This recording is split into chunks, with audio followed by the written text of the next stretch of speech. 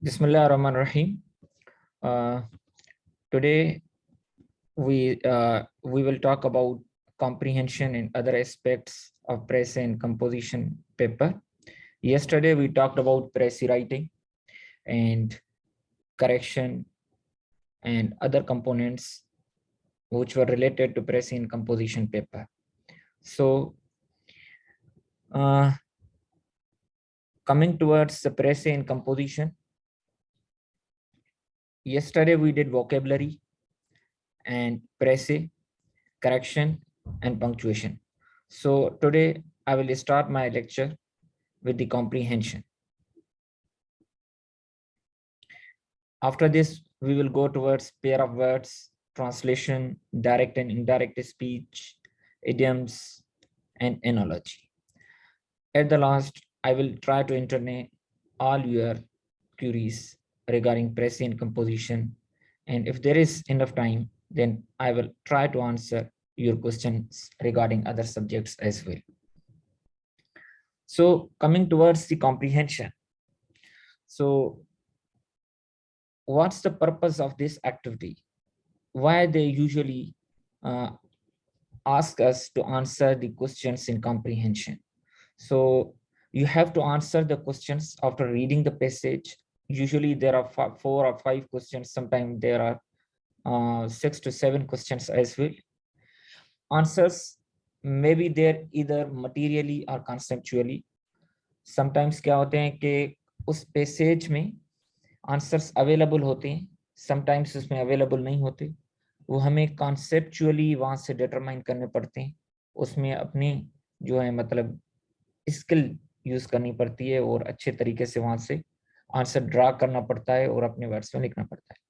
Sometimes title is demanded for the passage. जैसे press में हम कंपलसरी टाइटल देते हैं, उसकी मार्क्स होती है, चाहे पूछे या ना पूछे हमें टाइटल देना होता है.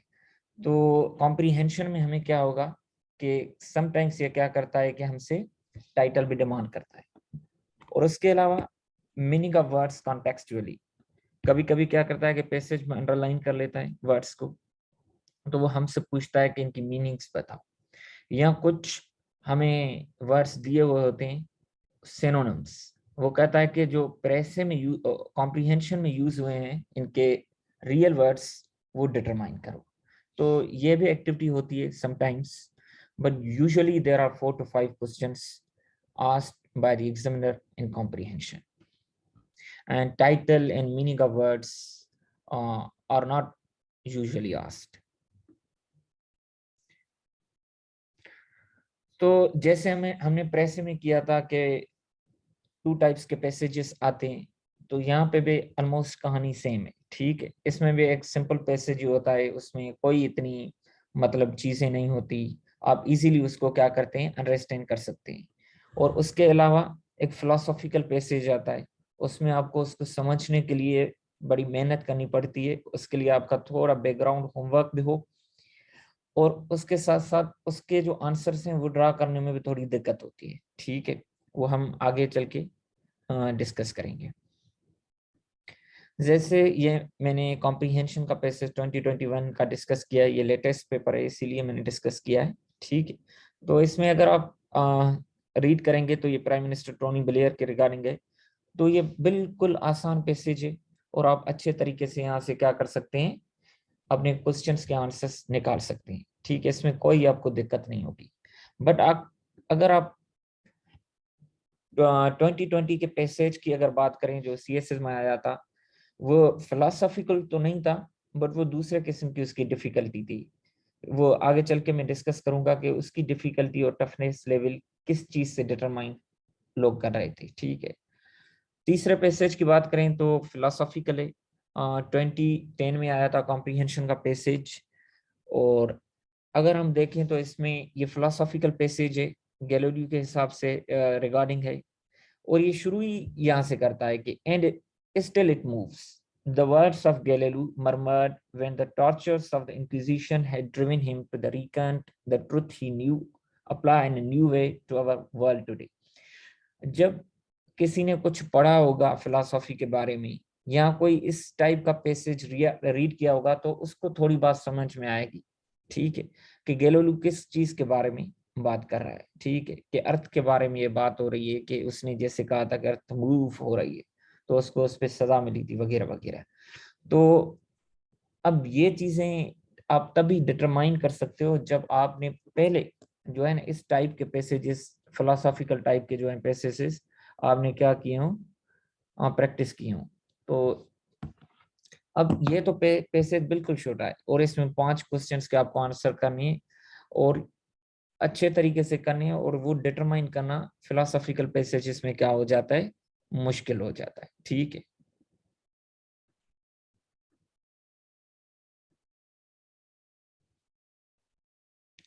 उसके बाद अगर हम आगे आए तो टफनेस लेवल के हिसाब से आए तो सिंपल और फिलोसॉफिकल की तो बात हमने की कि टफनेस लेवल वहां से डिटरमाइन होगी, और उसके अलावा रेगुलर और इरेगुलर किस्म के पैसेजेस भी आते हैं, वहां से भी हमें जो है टफनेस लेवल का अंदाजा होता है, ठीक है।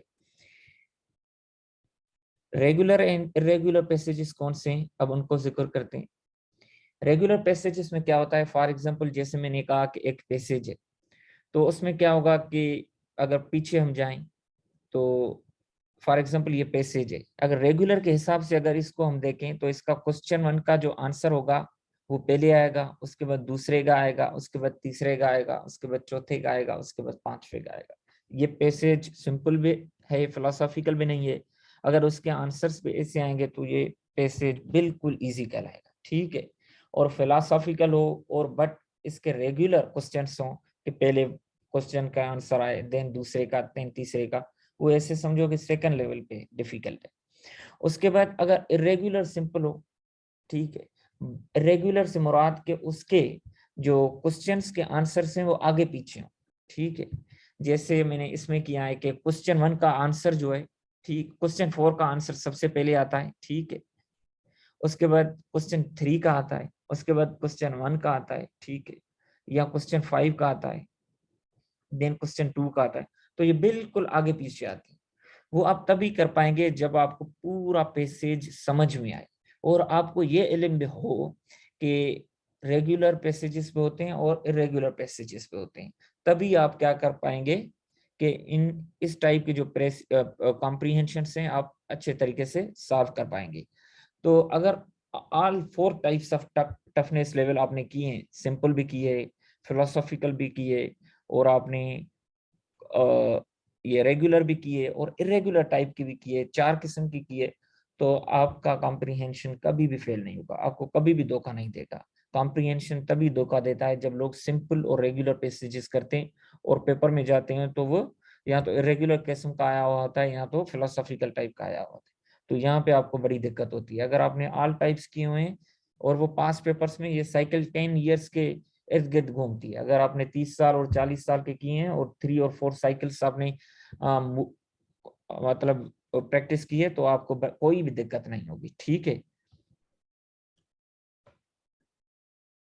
और इसमें सिमिलर बातें जो प्रेसे में हमने की थी, ठीक है, कुछ सिमिलर हैं, बाकी मुख्तलिफ बातें हैं, ठीक है। फॉर्म ऑफ स्पीच इसमें भी हमने क्या करना है कि इनडायरेक्ट फॉर्म यूज करना है, ठीक है।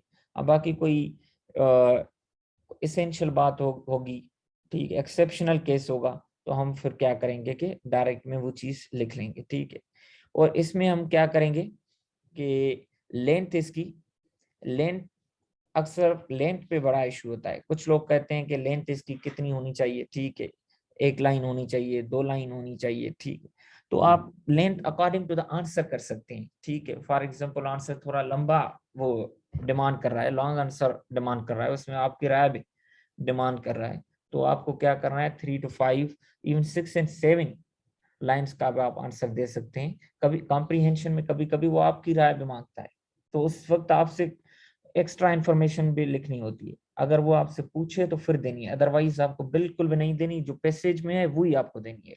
अगर वो आपको कहे कि आपकी इसके बारे में क्या स्ट्रेटजीज हैं या आपका इसके बारे में क्या ओपिनियन है तो फिर ही आप दे सकते हैं, ठीक है। वो पूछता है, वो कम कॉम्प्रीहेंशन के पैसेजेस में ही आते हैं।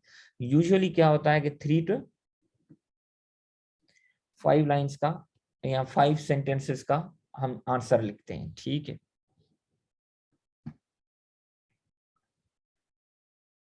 मैंने अपने आंसर्स यहाँ पे शो किए हुए हैं, ठीक है। ये मेरे कॉम्प्रिहेंशन का आंसर है, तो आप यहाँ देख सकते हैं पहला आंसर 4 5 6 लाइंस का है, वो बिल्कुल छोटी लाइन से इसी वजह से, ठीक है। आप भी इतना कर सकते हैं, कोई ये नहीं है कि हार्ड एंड फिक्स रूल है कि आप 2 लाइन्स या 3 लाइन्स का करेंगे, बिल्कुल भी ऐसी बात नहीं है। आप इतने लाइन्स का सुकून के साथ कर सकते हैं, ठीक है। बट कोशिश करें कोई भी ग्रामेटिकल मिस्टेक्स वगैरह वगैरह ना। तो आप इसमें देख सकते हैं कि ये एक पैसेज है, तो इसमें मैंने ये कोशिश की है कि फॉर एग्जांपल आप ये देखेंगे इसमें 5 क्वेश्चंस हैं, ठीक है, 5 क्वेश्चंस पूछे गए हैं। तो इसमें अगर आप देखें कि जितने भी की आइडियाज हैं आपके, आप उनको क्या करें, पहले अच्छे तरीके से इसको रीड करें, ठीक है। जो की आइडियाज हैं आप उसको अंडरलाइन करें, आखिर में जो है क्वेश्चंस के आंसर दें। कुछ लोग क्या करते हैं कि एक क्वेश्चन रीड किया, उसका आंसर ढूंढने निकले, उसका आंसर ढूंढ लिया फॉर एग्जांपल, तो उसको जो है रीड करके वो करते हैं, आखिर में पता लगता है कि यार ये तो इसका आंसर ही नहीं था, इसका आंसर तो लास्ट में था। बट उसने बंदे ने क्या किया होता है, रेगुलर कॉम्प्रिहेंशन पैसेज की प्रैक्टिस की हुई होती है। जब रेगुलर वाला बंदा होता है उसको ये होता है कि पहले क्वेश्चन का आंसर पहले आएगा, बट ऐसा नहीं होता, तो वो यहाँ पे मार खा जाता है और उसके 15 20 मिनट चले जाते हैं।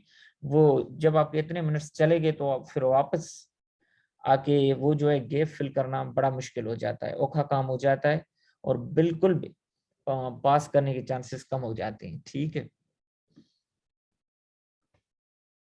अब इस पैसेज में प्रॉपर आपको यहाँ पे अगर देखें तो आपको 2 3 नजर आएगा, तो बाकी क्वेश्चंस का आंसर प्रॉपर तरीके से नहीं है। कभी कभी क्या होता है कि एक क्वेश्चन का आंसर आधा एक जगह पे आधा दूसरी जगह पे, फिर आपको क्या करना है वो पूरा ही, अगर आपने अच्छे तरीके से पैसेज को रीड किया है तो फिर ही आप कर पाते हैं, ठीक है। तो यहाँ पे मैंने फॉर एग्जांपल पहला क्वेश्चन जो पूछा गया है कि instead of making machines our servants the author says they have become our masters, in what sense has this come about, ठीक है।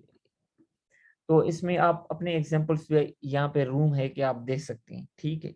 तो मैंने इतना आंसर किया है, तो भले आप इतना बड़ा आंसर ना भी करें, ठीक है, और मेरी लाइंस छोटी हैं, ठीक है, तो आप इससे आधे तक जा सकते हैं, कोई बड़ी बात नहीं है, ठीक है। कि अब आपको 2 3 लाइंस में ये आप कोई भी आइडिया हजफ ना करें, ठीक है, मिस ना करें, आप अपने आइडिया को पूरा करें, ठीक है। चाहे थोड़ा आंसर भले लंबा हो जाए, कोई इसमें इशू नहीं है। उसके अलावा अगर हम बात करें तो बारोड वर्ड्स आपको बिल्कुल भी यूज नहीं करनी, क्या भी हो जाए आपको बारोड वर्ड्स नहीं यूज करनी, ठीक है। वो बिल्कुल भी डिट्रीमेंटल है आपकी आंसर राइटिंग के लिए, ठीक है। आप सिंपल नॉन वर्ड्स यूज करें, आर्केक वर्ड्स बिल्कुल भी ना यूज करें, ठीक है। और जो हाई फ्लोन वर्ड्स हैं, बम्बास्टिक किस्म की जो वोकेबलरी है, वो आप बिल्कुल भी यूज ना करें, ठीक है। आप सिंपल लैंग्वेज जितनी मेंटेन करेंगे तो आपकी उतनी अच्छी मार्क्स आएंगी। अगर आप इस चीज को लेके आप अपने इंग्लिश एसे में या प्रेसे में या कॉम्प्रिहेंशन में लेके चलेंगे तो आपको सबसे ज्यादा फायदा होगा।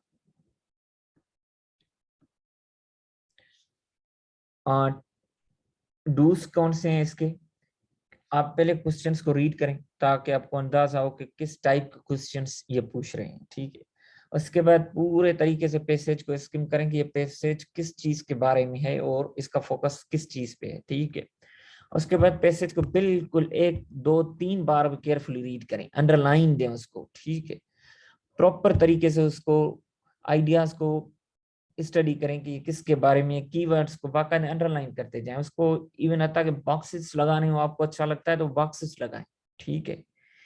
और उस पैसेज को आप क्या करें, हॉलिस्टिकली रीड करें, ठीक है।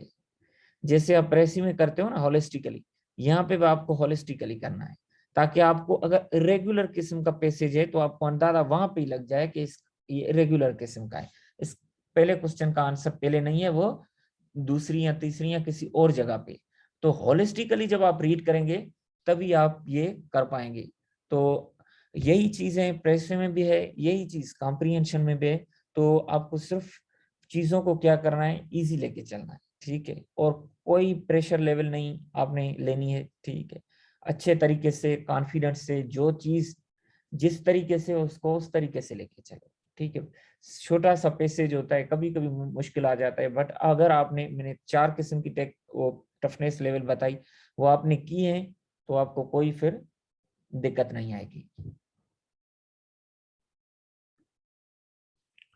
और उसके अलावा कुछ लोग क्या करते हैं कि जंप करते हैं, जैसे ही उनको पहला पैसेज रीड कर रहे हैं, थोड़ा आंसर मिल गया क्योंकि उन्होंने क्वेश्चंस रीड किए होते हैं, उनको पहले आंसर किसी क्वेश्चन का मिल गया स्किमिंग के दौरान, वो क्या करते हैं उसको ही बस यहाँ पे जैसे ही आइडिया खत्म होता है क्रॉस देके उसको करने की कोशिश करते हैं और पेपर में उतारने की कोशिश करते हैं।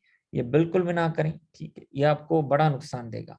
हो सकता है उसका आंसर ये हो ही ना, बिल्कुल ऐसे हुआ है। मैंने जब भी प्रैक्टिस की हुई है पैसेजेस, तो उस वक्त बिल्कुल फील हुआ है कि हमने प्रैक्टिस के दौरान ये गलती की। तो प्रैक्टिस के दौरान आप भले ट्राई करके देखें, बाकी नॉर्मल सिनारियो में अगर आप करेंगे तो आप बिल्कुल भी आप मारे जाएंगे और आपकी कॉम्प्रिहेंशन नहीं हो पाएगी।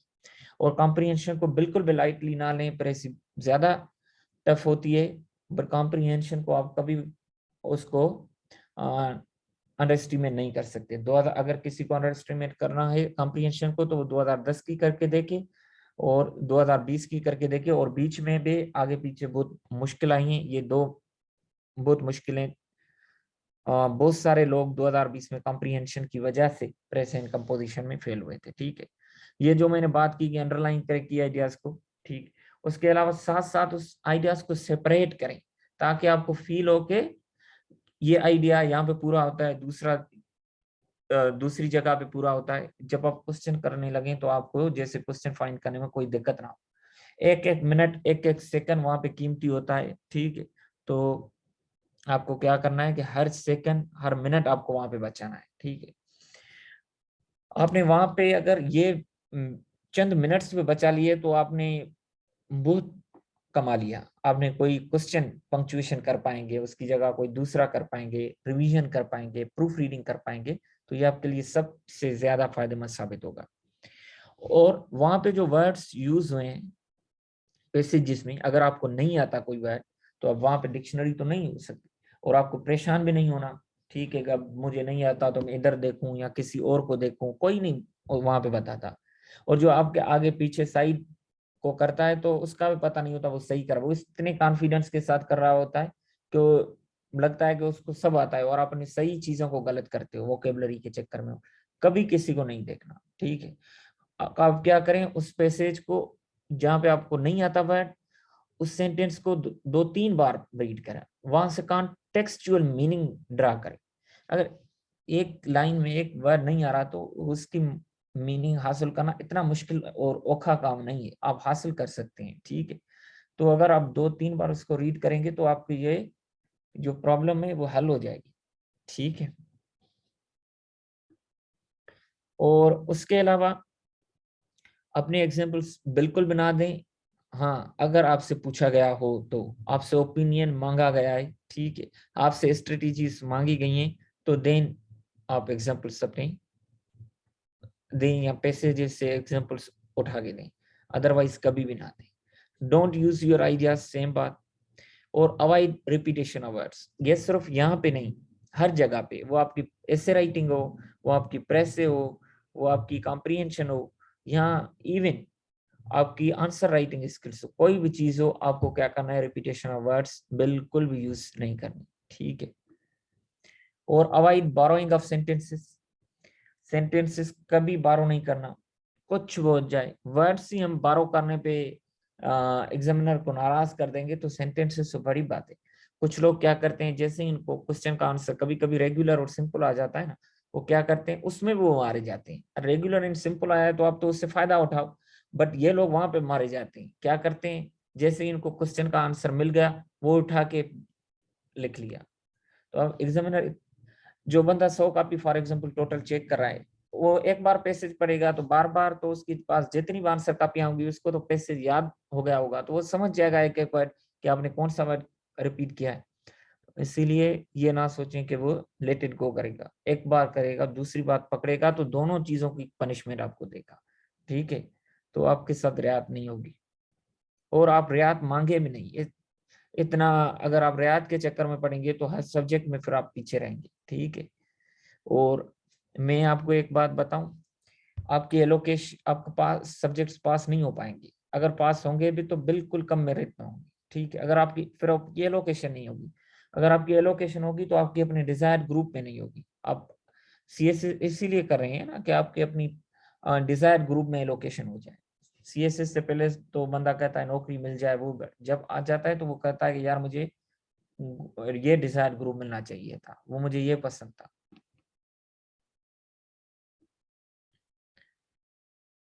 तो ये हुआ कॉम्प्रीहेंशन यहाँ पे, ठीक है।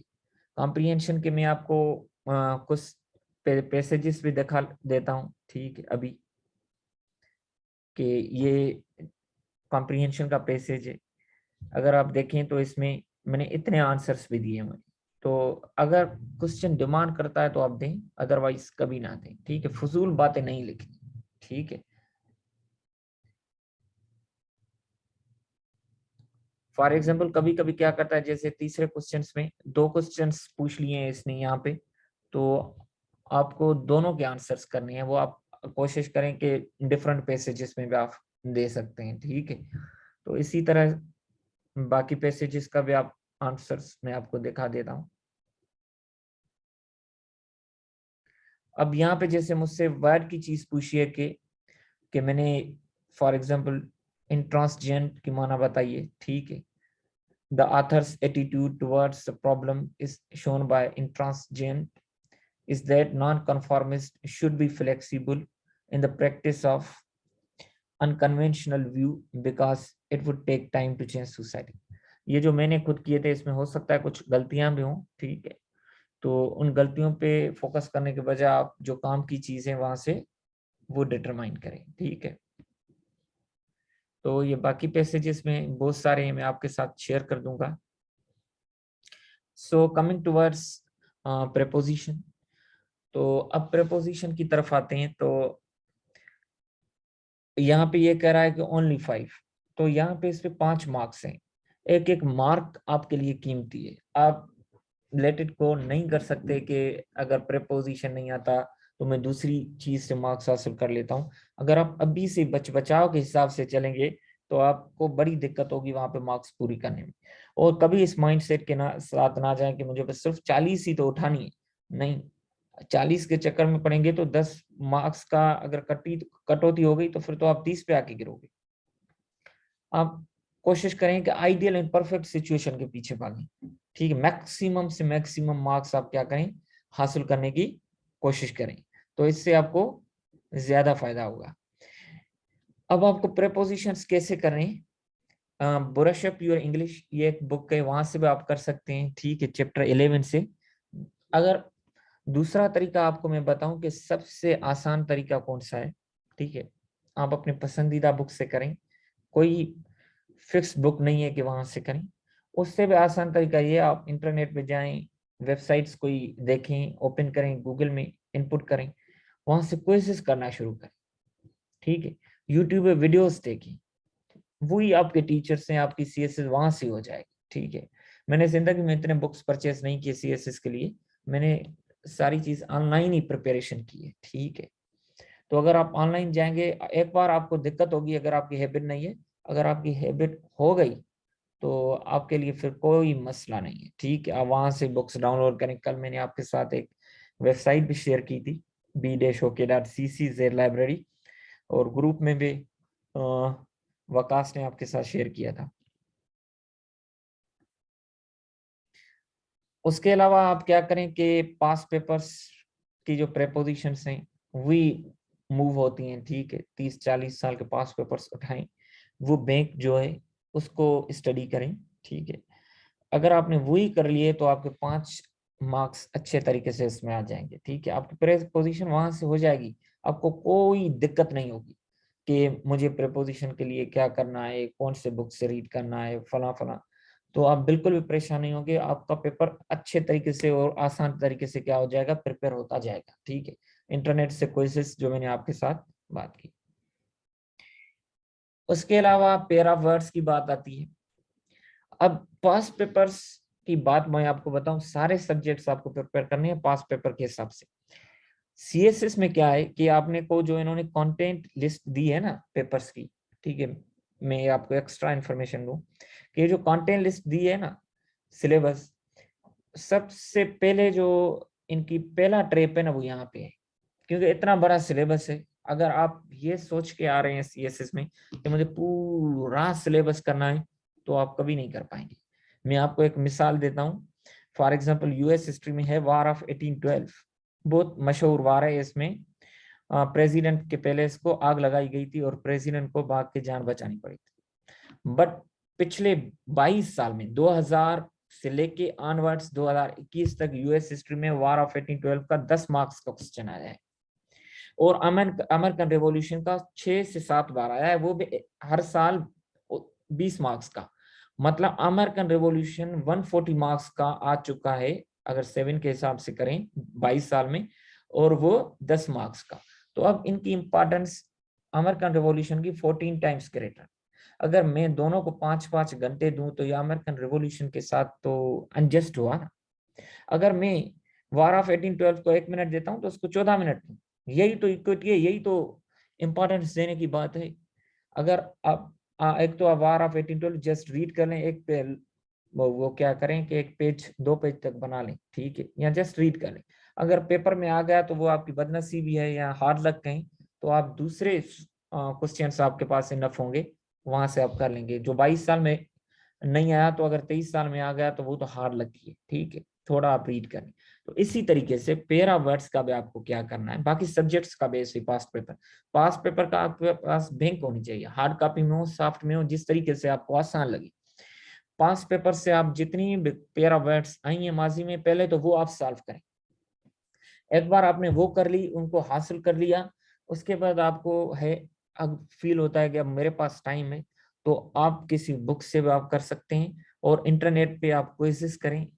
ब्रश अप योर इंग्लिश में है, और अच्छे रेन मार्टिन में होंगे, और दूसरे बुक्स हैं जहाँ पे पेरा वर्ड्स हैं, वहां से आप सॉल्व करने की कोशिश करें। पहली बार आपको क्या करना है, मैंने यहाँ पे ये चीजें जो लिखी हैं ऊपर से नीचे, past papers, internet quizzes, chapter 5, brush up your English, ये हायरार्की के हिसाब से लिखे, इंपॉर्टेंस के हिसाब से लिखे, ठीक। और ट्रांसलेशन, ट्रांसलेशन के लिए आप पास पेपर के पैसेजेस उठाएं, वो इतने नहीं है, ठीक है, तभी मैंने यहाँ पे इतने मेंशन नहीं किया, पर आप वो जरूर करें। और उसके अलावा टू द पॉइंट के जो इंग्लिश पैसेजेस हैं और वहाँ पे ट्रांसलेशन है, वहां से आप क्या करें to the point. Aftab Ahmed का बुक है, बाकी कोई चीज मैं वहां से रिकमेंड नहीं कर रहा, सिर्फ ये चीज मैं रिकमेंड कर रहा हूँ। अगर मुझे कोई चीज वहां से रिकमेंड करने की जरूरत होगी तो मैं कर लूंगा, बट उस बुक में आसानी से आपको पैसेजेस मिल जाते हैं। अगर वो बुक नहीं लेना तो किसी दोस्त से वो फोटो कॉपी करा लें, पैसेजेस 10-15 ज्यादा नहीं भी करें तो कोई मसला नहीं। पंजाब यूनिवर्सिटी बीएससी पार्ट 1 के पार्ट 2 के ये जो पास्ट पेपर्स हैं उनमें भी आते हैं ये, ठीक, अगर वो मिल जाते हैं तो वो भी ठीक है, कोई मसला नहीं। मकसद क्या है, ऑब्जेक्टिव हमारा एक, ठीक है, ऑब्जेक्टिव हमारा ये है कि हम प्रैक्टिस करें, ठीक है, 10-15 पैसेजेस पे हम क्या करें, कमांड हासिल करें, और हमारी ट्रांसलेशन अच्छे तरीके से क्या है वो हो जाए। और उसके अलावा अगर हम आए नरेशन पे आते हैं, ठीक है, डायरेक्ट एंड इनडायरेक्ट स्पीच पे, ये आपके यहाँ सीएसएस के रिकमेंडेड रीडिंग्स हैं, सजेस्टेड रीडिंग्स जिसको कहते हैं। अक्सर मैं पहले भी वीडियोस में कह चुका हूँ कि English grammar in use Raymond Murphy की बेहतरीन बुक है।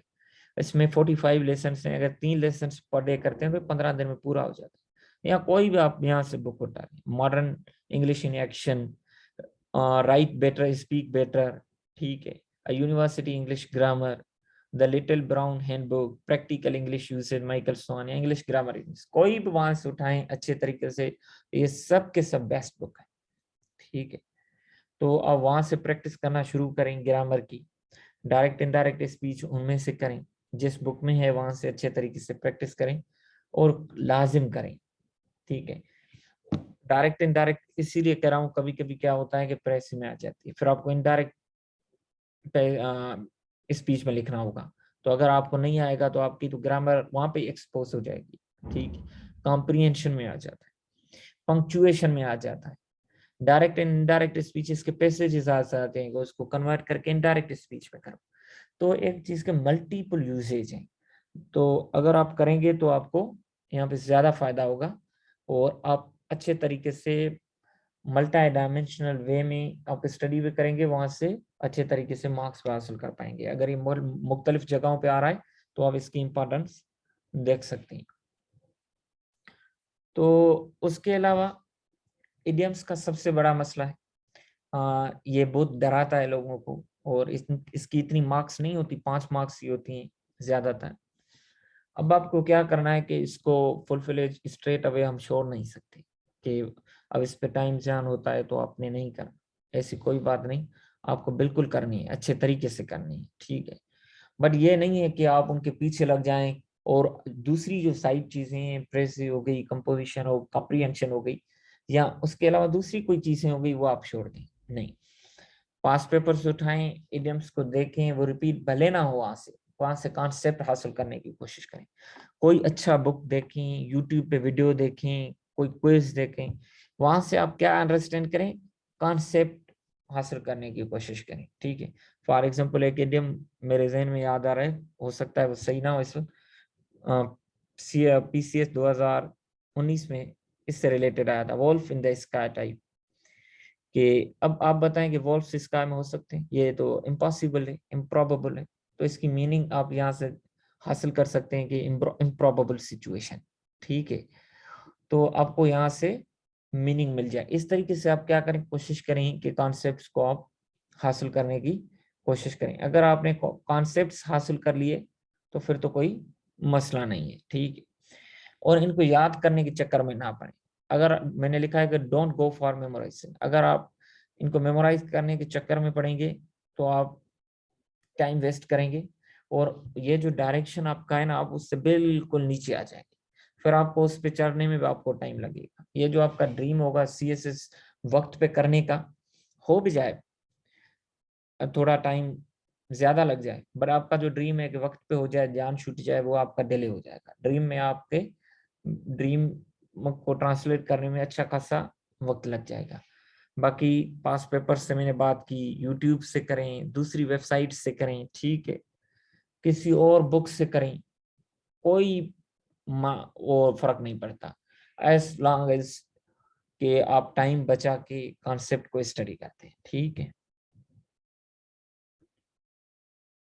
उसके अलावा एनोलॉजीज हैं, और try to infer the technique and relationship between words.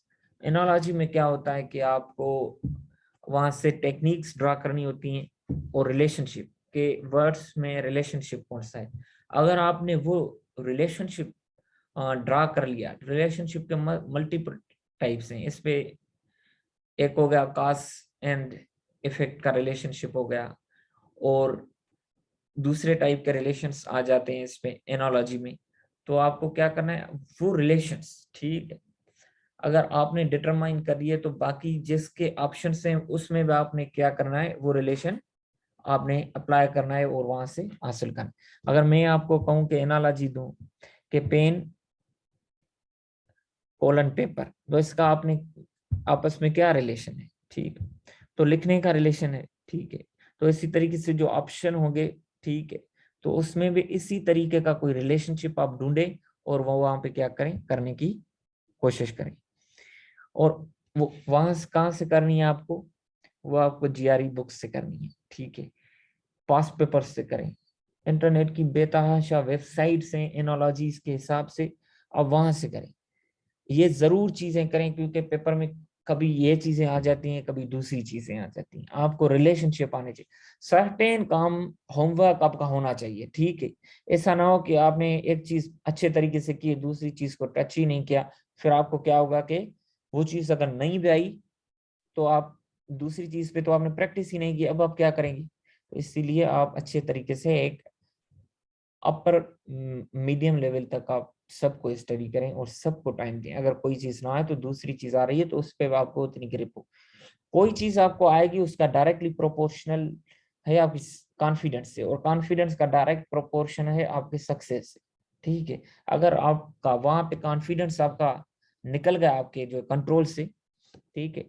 ये नर्व्स की गेम है, अगर आपने नर्व्स को कंट्रोल कर लिया ना तो फिर सीएसएस मुश्किल नहीं है। अगर वहां पे आपका नर्व्स जो है आपका साथ नहीं दे रही तो फिर आपको कोई नहीं बचा पाएगा, ठीक है।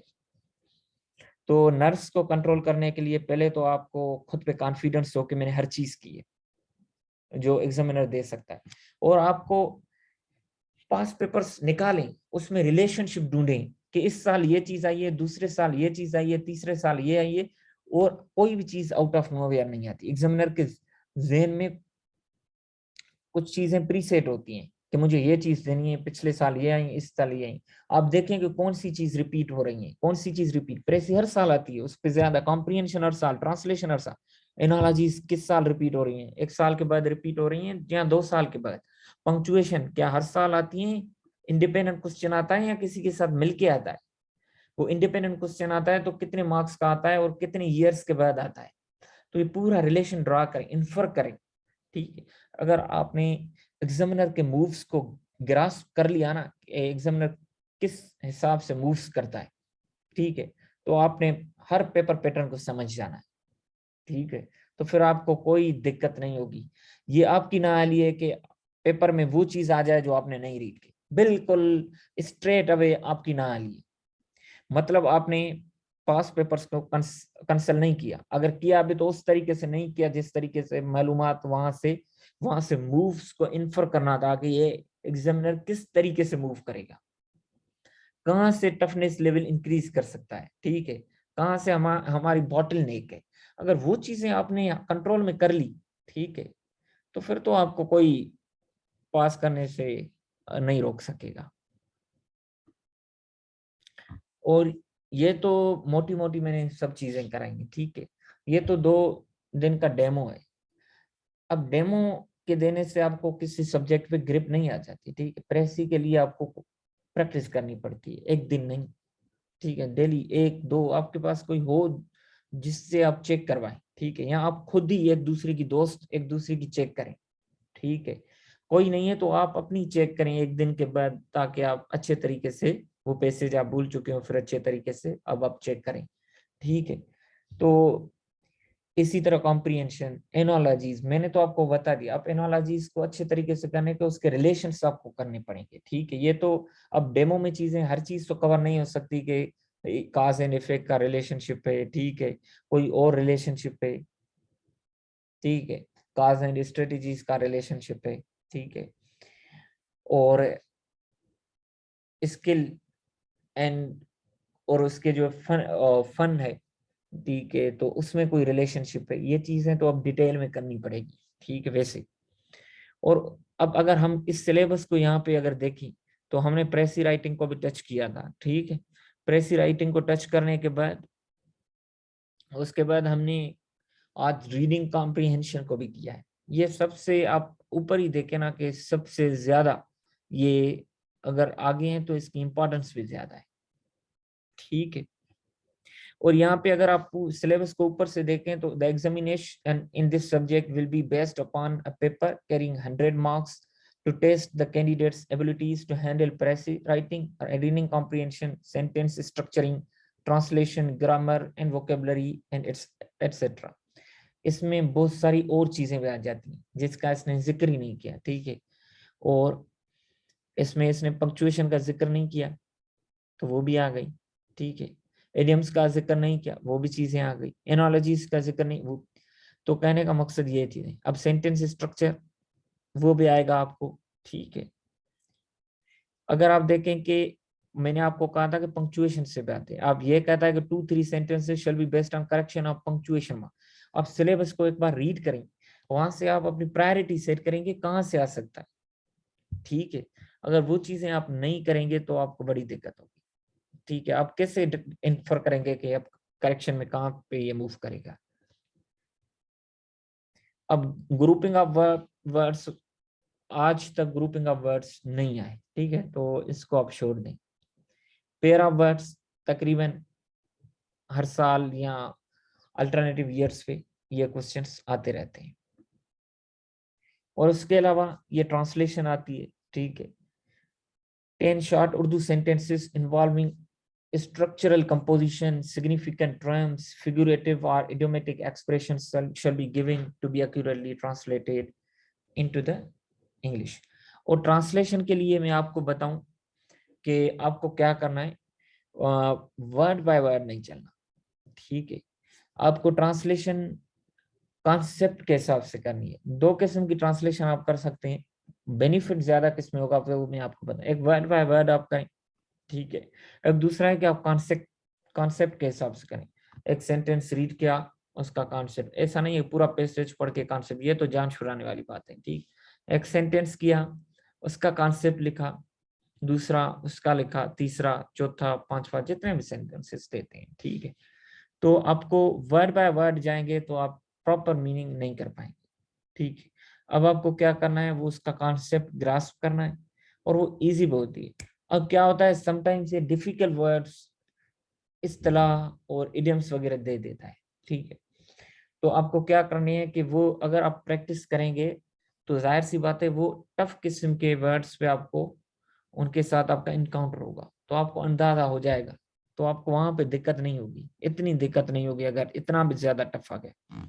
और उसके अलावा ये इन बुक्स का मैंने आपसे पहले भी जिक्र किया, तो ये बुक्स हैं। अब ट्रांसलेशन आपने कहाँ से करनी है, टू द पॉइंट से करनी है। अगर आपके पास है, नहीं है बीएससी के पास पेपर्स गूगल से डाउनलोड कर, वो भी नहीं है पास पेपर से करें, जितनी हैं वो लाजिम करें। पास पेपर में जितनी भी चीजें हैं वो आप लाजिम करें। अब आपके पास अभी भी टाइम है जो जा रहे हैं, पास पेपर पे आपकी कमान, आपके पास पास पेपर का बंडल हो या सॉफ्ट कॉपी में हो, आपने चीजें अंडरलाइन किए हो कि मैंने ये भी की है चीज, ये भी किए है, वो भी किए, पास पेपर ही आपकी आंखों का नूर है, वही आपको पास करवाएगा, अदरवाइज इससे बड़ा कोई टीचर नहीं है। और क्वेश्चन की तरफ आते हैं, इससे पहले मैं आपको अपने प्रेसिस भी दिखाऊं थोड़ी। ये कल मैं आपको इतनी प्रेसिस नहीं दिखा पाया था, ये प्रेसिस है। तो आप देखें कि मैंने यहाँ पे वर्ड्स तकरीबन सब में काउंट किए हुए, ठीक है। और वर्ड काउंट भी लिखा हुआ है कि कितने वर्ड्स की करनी है, और टाइटल भी दिया हुआ है। अब देखें कि मैं आपको कहा था कि फ्रेज में देना है, और कोशिश करें कि वर्ड देके कॉलन देके फिर फ्रेज लिखें, तो वो ज्यादा अच्छा होता है। Charity noblest creation of Christianity, मैंने ये फ्रेज में दिया है। जहाँ पे मैंने अगर सेंटेंस में दिया होगा तो वो गलत होगा। एक तो कोशिश की मैंने ना देने की, ठीक है। यहाँ पे मैंने दी है तो future of state education in social change, मैंने पहले सेंटेंस में दी है, तो चेकर ने क्या किया है कि इसको हटा के फ्रेज में कर दिया।